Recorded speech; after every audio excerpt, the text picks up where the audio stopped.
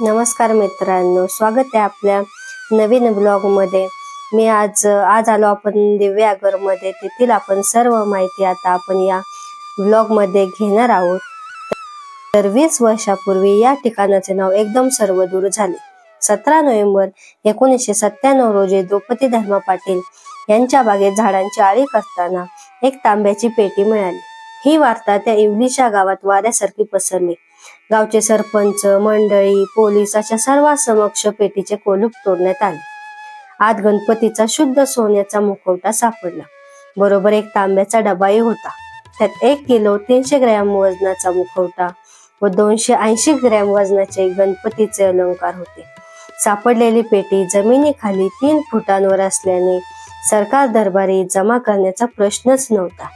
ही पेटी मंदिरात ठेवण्यात आली। सापडलेल्या पेटीच्या बाबतीत तेव्हाचे महाराष्ट्राचे मुख्यमंत्री मनोहर जोशी यांनी पुढाकार घेतला। तेव्हाच्या सांस्कृतिक मंत्र्यांना त्यांनी पटवून दिले की हा सांस्कृतिक ठेवा मूळ ठिकाणीच राहू द्यावा। त्या बदल्यात त्यांनी फक्त एक छोटे श्रेय मागितले। हा मुखवटा जिथे ठेवला होता त्याच्यावर एक पाटी लिहिली गेली, महाराष्ट्र राज्याच्या सौजन्याने।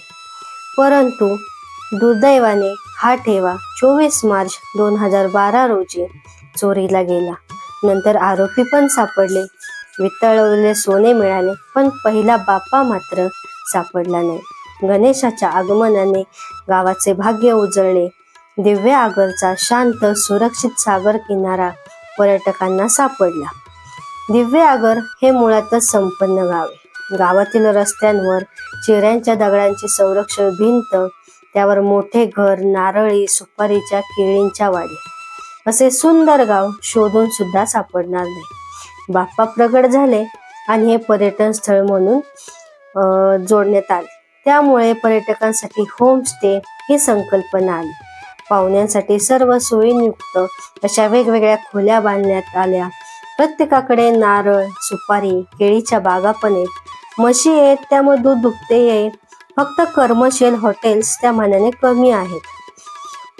अशा ठिकाणी दिव्यागर येथे खूप प्रसिद्ध म्हणजे मोदक, इतर कोकणी मसाले पण आहेत, पापड आहेत, पोह्यांचे पापड आहेत, कडवेवाल, सर्व काही इथे मिळतातच। आपले होस्ट आपल्या चहा नाश्त्याची सोय करतात। शाकाहारी आणि मांसाहारी दोन्ही जेवण इथे अतिशय रुचकर आणि गरमागरम मिळते। फक्त आधी सांगावे लागते, दिव्यागर हे लोकप्रिय पर्यटन स्थळ म्हणून एक क्षेत्र मानले जाते। तर मित्रांनो, तुम्हाला ही दिव्यागरची माहिती कशी वाटली तर कमेंट करून नक्की सांगा आणि व्हिडिओ आवडल्यास लाईक शेअर सबस्क्राईब जरूर करा। धन्यवाद। पुढील व्हिडिओमध्ये ऐतिहासिक रूपनारायण मंदिराची आपण माहिती घेऊ।